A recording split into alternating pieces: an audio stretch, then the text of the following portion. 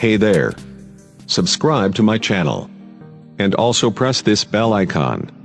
So you never miss any new updates, cause whenever we upload new video you will get a notification on your phone.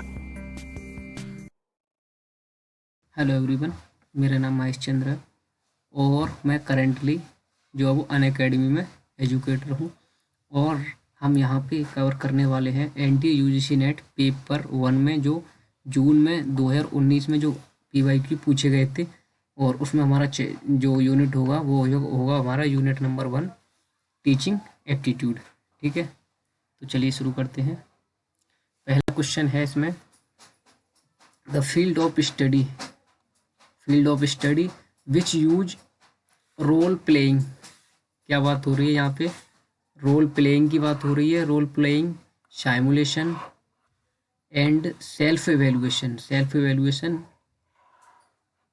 As strategies for adult is known as. यानी कि यहाँ पे बात हो रही है एक तरीके से जैसे कि रोल प्लेइंग यानी कि खुद से हम कोई काम कर रहे हैं, यानी कि सेल्फ तरीके से हम काम कर रहे हैं जहाँ पे हमें केवल थोड़ी बहुत गाइडेंस मिल रही है ना के बराबर, और बाकी काम जो है वो हम खुद से कर रहे हैं। ठीक है, तो इसमें क्या होगा, इसका आंसर होगा, राइट आंसर हमारा एंडागोजी। एंडागोजी किसकी लर्निंग होती है? ये होती है एडल्ट लर्निंग की। एडल्ट लर्निंग के लिए यूज होती है ये, और एक तरीके से ये सेल्फ डायरेक्टेड होती है ये। ठीक है, सेल्फ डायरेक्टेड होती है ये, जहाँ पे स्टूडेंट जो है वो खुद से वर्क करता है, कोई भी काम करे तो वो खुद से करता है एक तरीके से। ठीक है, तो ये चीज़ होती है यहाँ पे, तो इसका राइट आंसर एंडागोजी हो जाएगा क्योंकि रोल प्लेइंग की बात हो रही है यहाँ पे, साइमुलेशन की और सेल्फ एवेल्युएशन की बात हो रही है। ठीक है, आई होप समझ आया होगा। नेक्स्ट करते हैं हम, ये कोन ऑफ एक्सपीरियंस किसने दिया था? कोन ऑफ एक्सपीरियंस जो related to teaching learning was suggested by, यानी कि किसने दिया था? तो कोन ऑफ एक्सपीरियंस जो दिया था वो दिया था हमारे एडगर डेल ने। ठीक है, तो ये तो एक तरीके से थ्योरी दी हुई होती है, तो इनकी तो हमें एज इट एज याद करनी होती है। ठीक है, तो ये जो दिया था कोन ऑफ एक्सपीरियंस, ये दिया था एडगर डेल ने। नेक्स्ट करते हैं, विच of the following is the social characteristic of a learn. यानी कि यहाँ पे बात हो रही है लर्निंग के जो वो सोशल करेक्टरिस्टिक कौन कौन से होते हैं। ठीक है, तो जैसे कि पावर ऑफ सेंसरी परसेप्शन होगा, या थिंकिंग एबिलिटी होगा, या फिर थिंकिंग एबिलिटी के बाद जो दे रखा है यहाँ पे पावर ऑफ सिंथेटिक इमेजिनेशन होगा, या फिर हम बात करें आगे तो ability to relate oneself with others. तो यहाँ पे बात किसकी हो रही है? सोशल करेक्टरिस्टिक की, यानी कि सोसाइटी में हम कैसे लर्न करते हैं। तो सोसाइटी में एक दूसरे से बात करके करते हैं यहाँ पे, यानी कि एक दूसरे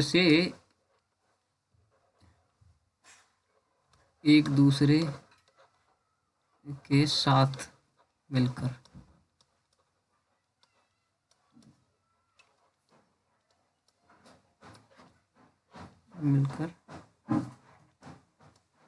सीखते हैं। ठीक है, तो यहाँ पे इसका राइट आंसर क्या हो जाएगा? ऑप्शन नंबर डी, यानी कि हम जो अपनी एबिलिटी को रिलेट करते हैं अपनी को विद अदर्स के साथ, यानी कि कुछ अदर्स लोगों की हेल्प से हम जब सीखते हैं उनके साथ रह कर सीखते हैं। ठीक है, उसके बाद नेक्स्ट करें हम आगे, तो विच of the characteristic of formative evaluation, यहाँ पे हमसे पूछा गया कि फॉर्मेटिव एवेल्युएशन के करेक्टरिस्टिक कौन से हैं। अच्छा, यहाँ पे मैं आपको बात बता दूँ, एक तो होता है फॉर्मेटिव और एक होता है समेटिव। जो यानी कि एक तो होगा फॉर्मेटिव असेसमेंट और एक होता है समेटिव असेसमेंट। जो फॉर्मेटिव होता है वो होता है हमारा ड्यूरिंग द इंस्ट्रक्शन या during the class.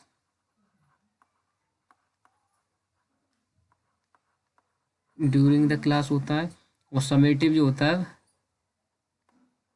End of the class होता है। ठीक है, summative end of the class होता है। तो हमसे क्या पूछा, फॉर्मेटिव के करेक्टरिस्टिक पूछे, तो यहाँ पे देखो, evaluation occur at the terminal point, evaluation is use before programme design, before programme design, evaluation related to indicating learning outcome of teaching, evaluation is conducted during teaching। देखो ये आ गया ना ड्यूरिंग क्लास, तो ड्यूरिंग टीचिंग ड्यूरिंग क्लास बात देखिए, तो हमारा right answer क्या हो जाएगा, ऑप्शन नंबर डी। नेक्स्ट करते हैं हम, which of the following is a non cognitive characteristic of learning, यानी नॉन कॉग्निटिव की पूछे। नॉन कॉग्निटिव का मतलब क्या हो गया, एक तो कॉग्निटिव हो गई और नॉन कॉग्निटिव होगा। कॉग्निटिव का मतलब हो गया कि जहाँ पे हम एक तरीके से सोच विचार करके कोई काम कर रहे हो, नॉन कॉग्निटिव जहाँ पे हम ज़्यादा सोच विचार नहीं कर रहे हैं। तो इसमें रिकॉलिंग, प्रॉब्लम सॉल्विंग जो होता है हमारा वो कॉग्निटिव होता है, यानी कि ये जो है वो कॉग्निटिव है, कॉग्निटिव हो गया। आइडेंटिफाइंग इम्पोर्टेंट सेंसरी इनपुट, जब हम अपने सेंस का यूज करते हैं तो ये भी हमारा कॉग्निटिव हो जाएगा। बिलीविंग व्हाट इज ट्रू, जब किसी ने कोई बात बोल दी उस पर ही केवल भरोसा कर लेना, उसको और अच्छी तरीके से आइडेंटिफाई ना करना, तो वो हो गया नॉन कॉग्निटिव, यानी बिना सोच विचार के जो चीज़ जैसी है वैसी ही उसको एक तरीके से दूसरों ने बोल दिया तो उसी पे बिलीव कर लेना, तो वो जो है वो गलत हो जाएगा। नेक्स्ट है, क्लासरूम में जो वो कंटेंट प्रोड्यूस किया जाता है फॉर अ स्पेसिफिक यूजर के लिए, विल लीड टू, यानी कि जब क्लासरूम में कंटेंट प्रोवाइड किया जा रहा है स्पेसिफिक यूजर के लिए, तो वो क्या होगा, पर्सनैलिटी डेवलपमेंट होगी उससे, या कंटेंट फिल्टरिंग होगी, पर्सनलाइजेशन हो गया, जनरल एकेडमिक इंटेग्रेशन। तो जब हम एक स्पेसिफिक यूजर की बात करेंगे तो स्पेसिफिक यूजर के लिए अगर कोई कंटेंट बना रहा है तो वो एक तरीके से वो हो गया पर्सनलाइजेशन, यानी कि उस पर्सनल बंदे के लिए केवल वो कंटेंट बनाया गया है, ना कि अदर्स के लिए। ठीक है, उसके बाद है question, in the context of classroom teaching, classroom teaching का कंटेक्स्ट की बात हो रही है, स्माइल्स और frowns when use as a non verbal cues tend to perform which of the following basic of function. यहाँ पे जब हम एक तरीके से जब टीचर पढ़ा रहा है तो वहाँ पे जैसे कि स्माइल दे रहा है वो, या अपनी भौहें चढ़ा रहा है, जैसे कि फ्राउंस बोल रहे हैं यहाँ पे, या गेस्चर है, गेस्चर वगैरह, तो ये हो गया एक तरीके से सब्स्टिट्यूट फंक्शन हो गए। सब्स्टिट्यूट का मतलब क्या हो गया कि हम जो है वो बोलने की जगह केवल अपने फेशियल एक्सप्रेशन से ही किसी बात को पूरा कर रहे हैं, स्टूडेंट तक वो बात हम पहुंचा रहे हैं। ठीक है, तो वो चीज़ होती है यहाँ पे। Next, the classroom teaching ads can be use, classroom में टीचिंग यूज की जा रही है by the teacher in a classroom. Live instruction की बात हो रही है, लाइव एक होता है लाइव इंस्ट्रक्शन, इसको हम बोलते हैं, लाइव इंस्ट्रक्शन को हम बोलते हैं सिंक्रोनाइज, और एक होता है असिंक्रोनाइज। ठीक है, तो यहाँ पे मैं लिख देता हूँ, जैसे कि सिंक्रोनाइज होता है और एक होता है असिंक्रोनाइज। ठीक है, ये तो हो गया सिंक्रोनाइज, लाइव की बात हो गई यहाँ पे। और जब हम बात करें असिंक्रोनाइज की तो ये ऑफलाइन की बात होती है। ठीक है, ये होती है ऑफलाइन की बात। तो हमसे क्या पूछा है, लाइव इंस्ट्रक्शन की बात पूछी है, यानी कि हमसे पूछा सिंक्रोनाइज क्या होता है। तो जैसे कि देखो ईमेल तो हम बाद में भी कर सकते हैं, तो ये नहीं हो सकता हमारा, तो जहाँ पे ए नहीं आया उसको काट दो। देखो ए यहाँ पे आ रहा है, हमसे क्या पूछा लाइव की बात, तो ईमेल तो ऑफलाइन हो गया, तो एक ये कट गया और यहाँ से ये भी कट गया, बची हमारे पास दो ऑप्शन। तो यहाँ पे भी सी है, सी यहाँ पे भी है। ठीक है, अभी आगे देखते हैं, ऑनलाइन चैट आना चाहिए, यानी कि सी आना चाहिए, सी इसमें भी आ रहा है इसमें भी आ रहा है। आगे करते हैं, टेली कॉन्फ्रेंसिंग, यानी कि कॉन्फ्रेंसिंग की बात कर रहे हैं हम। फेसबुक तो ऑफलाइन भी हो सकता है, ब्लॉग ऑफलाइन हो सकता है, तो यानी कि एफ नहीं आएगा। ब्लॉग यानी कहीं पे हमने जैसे कि पोस्ट कर देते तो उसको तो इस पे बाद में देखते हैं लोग, तो एक यहाँ पे जो राइट आंसर होगा वो जैसे कि स्काइप हो गया और ऑनलाइन चैट हो गया, ऑनलाइन चैट के साथ टेली कॉन्फ्रेंसिंग हो गया, तो बी सी डी होगा इसका राइट आंसर। ठीक है, तो इसका राइट आंसर कौन सा होगा? राइट आंसर होगा हमारा इसमें जो ये दे रखा है, ठीक है, ऑप्शन नंबर बी। उसके बाद करते हैं नेक्स्ट,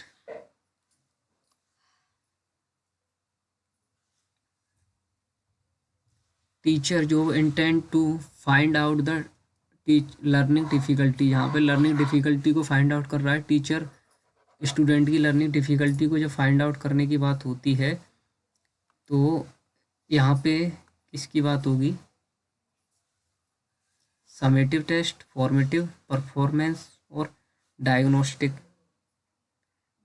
तो जहाँ पे टीचिंग लर्निंग डिफिकल्टी को हम फाइंड आउट करेंगे तो ये हो गया हमारा डायग्नोस्टिक टेस्ट, जहाँ पे हम स्टूडेंट की जो लर्निंग डिफिकल्टी, उनको जो है स्टडी करने में प्रॉब्लम्स आ रही हैं, उनको फाइंड आउट करते हैं यहाँ पे। तो लर्निंग डिफिकल्टी की बात होगी तो ये डायग्नोस्टिक हो गया, लर्निंग डिफिकल्टीज, ठीक है। डिफिकल्टी की बात होगी तो वो डायग्नोस्टिक होता है, क्योंकि देखो यहाँ पे समेटिव जो होता है वो एंड में होता है, एंड ऑफ द क्लास होता है, एंड ऑफ द क्लास होता है, और ये इवेल्यूशन का तरीका है। और ये जो होता है वो ड्यूरिंग होता है, ड्यूरिंग क्लास होता है।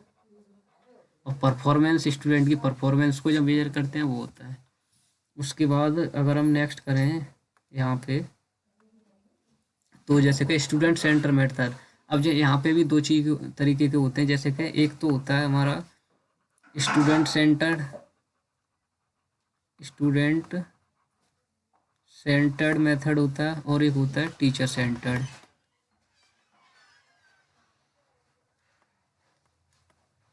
टीचर सेंटर्ड होता है, इसको हम बोलते हैं, जो टीचर पे सेंटर्ड है तो वो डायरेक्ट हो गया एक तरीके से कि टीचर डायरेक्शन दे रहा है हमें, डायरेक्ट मेथड हो गया, ठीक है। और ये इनडायरेक्ट हो गया जहाँ पे स्टूडेंट खुद से सीख रहे हैं किसी भी चीज़ को, ठीक है, डायरेक्ट।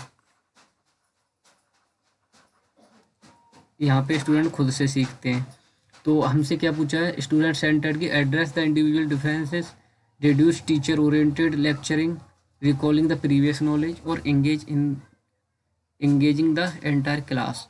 तो स्टूडेंट सेंटर्ड की बात पूछे जहाँ पे स्टूडेंट कर रहा है कोई भी चीज़ को, तो यहाँ पे हम क्या करेंगे कि रिड्यूस कर देंगे टीचर ओरिएंटेड लेक्चर को। टीचर ओरिएंटेड लेक्चर को क्यों रिड्यूस कर देंगे? क्योंकि जहाँ पे टीचर की बात नहीं हो रही, यहाँ पे केवल स्टूडेंट की बात हो रही है। तो स्टूडेंट जहाँ पे खुद से किसी भी काम को करेगा, ठीक है, तो वो बात होती है यहाँ पे। उसके बाद है what is the main object of formative evaluation. Formative मैंने अभी बताया, जो कि एक तरीके से ड्यूरिंग द क्लास होता है, जहाँ पे टीचर जो है वो बच्चों को लाइव क्लास में उनकी प्रॉब्लम्स को फाइंड आउट करता है, उनकी जो है वो इवैल्यूएशन करने के साथ साथ। तो to promote student to the next class, enhance student learning, enhanced cooperation in the class, understanding the difficulties, ठीक है। तो यहाँ पे इसका राइट आंसर क्या होगा? एनहांस करता है स्टूडेंट की लर्निंग को वो, ठीक है, यहाँ पे स्टूडेंट की लर्निंग को एनहांस करता है वो। अभी हमने कितने क्वेश्चन कर लिए, एक चेक कर लेते हैं एक बार कि हमने कर लिए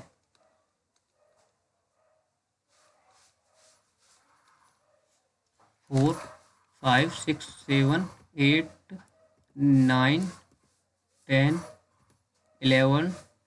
11 क्वेश्चन कर लिए हमने। तो ठीक है, तो इसका राइट आंसर तो ये हो गया। क्वेश्चन नंबर आता है 12, जो कि दिसंबर 2018 में पूछे गए थे। क्वेश्चन नंबर 12 है, इसका जो है जैसे कि टीचिंग लर्निंग कंटेक्स्ट की बात हो रही है। जो रिजल्ट आता है हमारा, evaluation are useful to teacher in a various way. जब डिफरेंट वे से टीचर जो हमारी लर्निंग को इवेलुएट करता है, तो इसमें से कौन सी चीज़ इंपॉर्टेंट यूज है टीचर के लिए, ठीक है, as a teacher to decide करते हैं प्लेसमेंट को, student to other institution, planning instruction and knowledge of effectiveness, of teacher strategy by use them, getting information about student study interest or to identify home influence on student। तो इसका जो right answer होगा, जैसे कि teacher जो है वो evaluate कर रहा है हमारी लर्निंग को वेरियस वे से, तो जहाँ पे जो प्लानिंग करता है वो इंस्ट्रक्शन की एंड नोइंग जानने की कोशिश करता है हमारी इफेक्टिवनेस को ऑफ टीचिंग स्ट्रेटजी के थ्रू बाय देम। ठीक है, तो इसका राइट आंसर क्या हो जाएगा? Option number B. Question number 13, यहाँ पे मैं क्वेश्चन नंबर डालता जाऊँगा। ठीक है, तो क्वेश्चन नंबर 13 है ये हमारा, गोल ऑफ फॉर्मेटिव असेसमेंट। जो फॉर्मेटिव समेटिव दो होते हैं, फॉर्मेटिव से 3 क्वेश्चन रिपीट हो गए, तो आपको ये आइडिया लगा लेना चाहिए कि फॉर्मेटिव और समेटिव जो है एक तरीके से फॉर्मेटिव समेटिव से क्वेश्चन आना ही आना है, फॉर्मेटिव एंड समेटिव।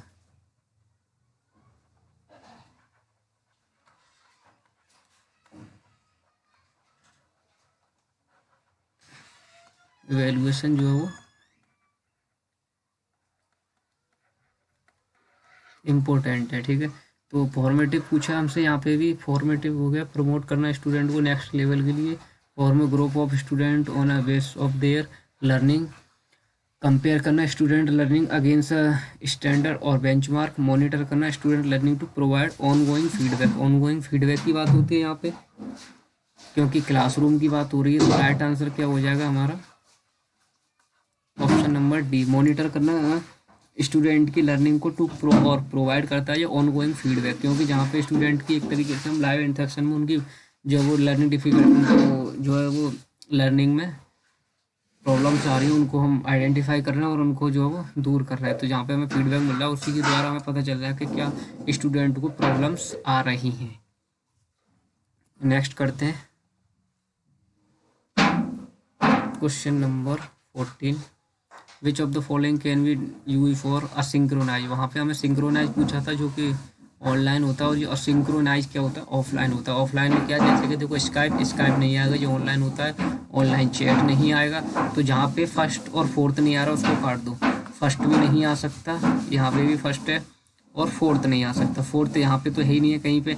अब देखो थर्ड यहाँ पे भी आ रहा है, फिफ्थ यहाँ पे भी आ रहा है, हमें ये चेक करना है सेकंड और जो वो 6 में से कौन था, या तो सेकंड आएगा या फिर 6 आएगा। तो सेकंड देखो ब्लॉग है, एक तरीके से हमने पोस्ट कर दिया कोई, तो वो आना चाहिए, तो यानी सेकंड तो आएगा ही आएगा, सेकंड आना चाहिए, तो सेकंड के साथ थर्ड और ये भी आ गया। तो ये हैंग आउट है, ये भी हमारा जो है वो ऑनलाइन टीचिंग का हो गया। तो यहाँ पे ये अनुमान लगा लीजिए, जैसे कि अब हमसे कुछ ऑप्शन तो मिल रहे हैं, लेकिन हमें क्या साथ लेके चलना होता है अदर ऑप्शन को। हमें नहीं पता था कि गूगल हैंगआउट ऑनलाइन सिंक्रोनाइज है या सिंक्रोनाइज है, तो हमें बस इतना पता चल गया बाकी ऑप्शन के थ्रू कि ये आना चाहिए। तो इसका जो राइट आंसर क्या हो जाएगा? ऑप्शन नंबर 3 जो है वो इसका आंसर है। ठीक है, उसके बाद क्वेश्चन नंबर 15, क्लासरूम एक स्कूल में देयर है लार्ज नंबर ऑफ फेलियर है, जहाँ पे लार्ज नंबर ऑफ फेलियर है, लार्ज नंबर ऑफ फेलियर की बात हो रही है। You may like to develop करना है हमें टेस्ट टू एलिमिनेट करना है 2, यानी कि लार्ज नंबर ऑफ फेलियर है किसी क्लास में, तो वो हमें एलिमिनेट करना है, यानी उनको दूर करना है। Likely to have substantial difficulties, कौन कौन सी डिफिकल्टी आ रही है in meeting the academic goal of teaching, के क्या क्या हमें डिफिकल्टी आ रही है, वो हमें for this you need to develop, वो डेवलप करनी है हमें। Test which should be able, कौन सा टेस्ट इसमें से जो वो एबल है कि हम उनकी जो large number of difficulty failure की उनको एलिमिनेट करें हम उनको, और अंडरस्टैंड करें study of school subject successfully, हम पता कर सकें कि क्या चीज़ हमारे लिए इम्पोर्टेंट है। तो इसमें जो इसका राइट आंसर होना चाहिए वो होना चाहिए इसका प्रोग्नोस्टिक टेस्ट, क्योंकि प्रोग्नोस्टिक टेस्ट में क्या होता है, प्रोग्नोस्टिक में कि लार्ज नंबर ऑफ फेलियर हैं, जहाँ पे हम एक तरीके से प्रोग्नोस्टिक यानी कि उनकी डिफ़िकल्टी को तो दूर कर रहे हैं हम। एकेडमिक यहाँ पे बात हो रही है मीटिंग हो, academic goal of teaching, academic की बात हो रही है, और प्रेडिक्ट करना इंडिविजुअल की एबिलिटी को। देखो ये की पॉइंट है इसका, individual ability readiness to understand the study of school level की बात हो रही है ना यहाँ पे। तो इसका जो राइट आंसर हो जाएगा वो हो जाएगा हमारा प्रोग्नोस्टिक टेस्ट।